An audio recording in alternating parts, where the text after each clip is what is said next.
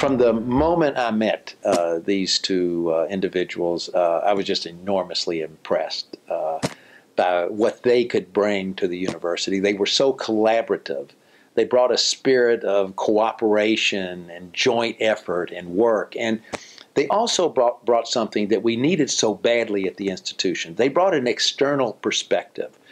Here we were as an institution trying to make the research we were doing more relevant, more impactful on the state of Maryland. And here were two individuals who knew how to do that.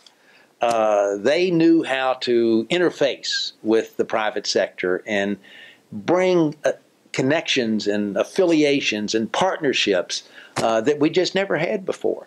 So they were the right people at the right time. It was that they were the stewards for entrepreneurship on our campus, and they were always ready to offer advice and counsel, as somebody new coming into the system, whether it be learning the ropes for how the campus entrepreneurship system works, or just personal mentorship. I've observed them, particularly with entrepreneur students and young people in general, are very impatient, and most people will give them advice that plays into what they want to hear, even though it may not be the best route. Whereas I never observed Herb or Dave do that. They will do and suggest the less expedient but far more responsible path to these students that they may not want to hear it, but is far more likely to get them in life where they really want to go. The impact of Herb and Dave on the institution, it's really hard to quantify. It is so profound. When you think of what we were able to do in technology transfer and commercialization before they arrived, and where we are now as an institution, it's light years difference. Herb stands out today as someone that we really rarely see. People who could, every time when you talk to him about things, he always says that, is it the right thing to do for your company?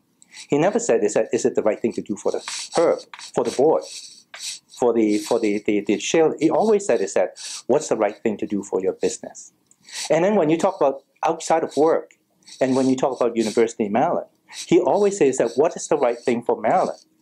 What is the right thing for the school, for the state, for the employees, for the future of the state?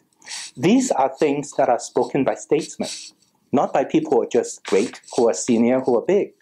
Herb Rabin and Dave Barbe have been friends, colleagues, and mentors to many of us, including myself, for the past 6 years. They are models of integrity, conviction, foresight, and resourcefulness. 30 years ago, they had the foresight that universities and industry need to work much more closely together for the benefit of not just universities and industry, but even of the state and the country.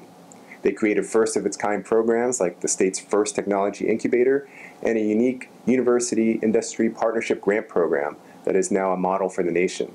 30 years later, those programs have had a combined $25 billion impact on the state of Maryland's economy.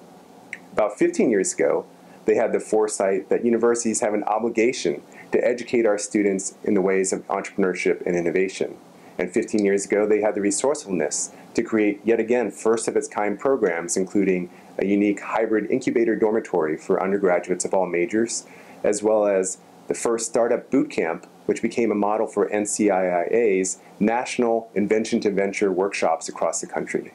I'm involved in a few different programs entrepreneurially at various schools, and nothing holds a candle to what goes on here.